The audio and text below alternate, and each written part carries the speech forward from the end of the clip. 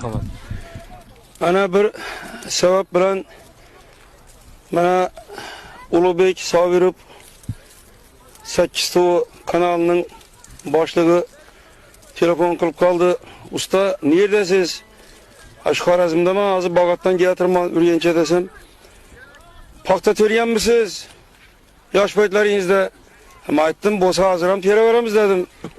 Ama evvela dedim, yolda toktatıp maşını bir azgana terişip getin de yöre dediler ma ettim. Hazırında kim kalasın? Tere veredi. Hava işsi olsa Özbekistan'ımızı fakırı fakat paklamadan bize fakırlanamız.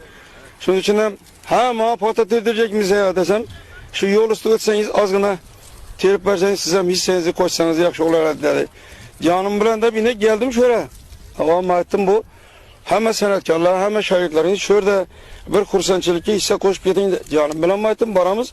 Üydem oturamam mezi hazır dedim de doğru geldim yine şöyle. Kursam olup gittim. Nitçeli teriyemiz bu paktanı. Bunu kışlarda köreklerini bölüp girip oturup kurutup teriyemiz. Stüdent petlerimiz, okuyurgen petlerimizde. Bana karanlığı şunu diyecek, hava kuya çıkıp tuttu. Şu pette tezrak mı yığıp alış gerek oladı.